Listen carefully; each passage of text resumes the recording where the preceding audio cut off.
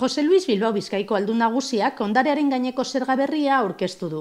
Irailean Gernikako batzarretxean politika orokorrari buruz egin zen osoko bilkuran iragarri zuen legez, Ogasun eta Finantza Sailak zerga berri horretan jardun du azken hiletan.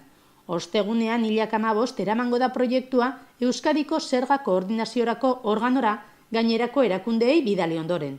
Hau da proiektuaren oinarrizko premisa, gehien duenak gehiago ordain dezala. Bizkaiko aldun nagusiak aurreratu du hauek direla ondarearen gaineko zergaren lehentasunezko helburuetako batzuk.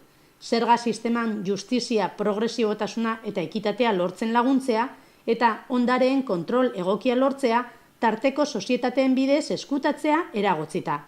Ondarearen gaineko zerga berriak Bizkaian izango duen eragin ekonomikoari dagokionez, 2013 urterako espero da 7.500 zergadun izatea eta 75 milioi euro biltzea.